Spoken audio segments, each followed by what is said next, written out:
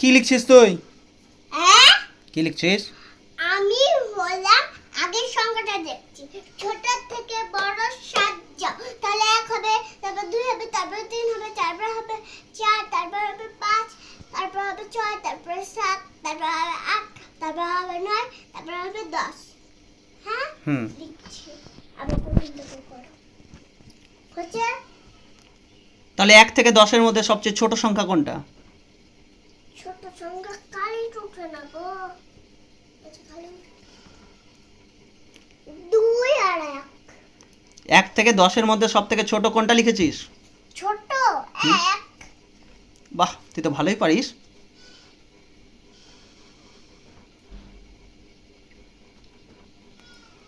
আর সবথেকে বড় কোনটা 1 থেকে 10-এর মধ্যে?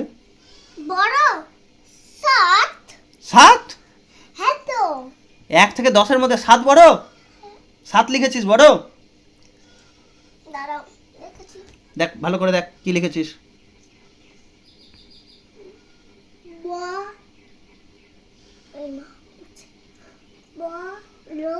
থেকে 1 থেকে 10-এর মধ্যে বড় কোনটা জিজ্ঞেস করেছি।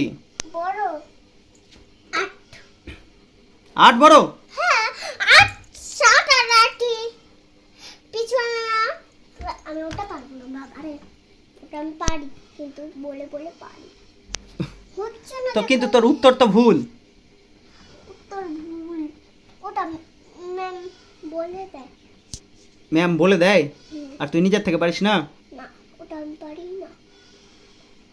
ঠিক করে বল, 1 থেকে 10-এর মধ্যে সবথেকে বড় কোনটা লিখেছিস?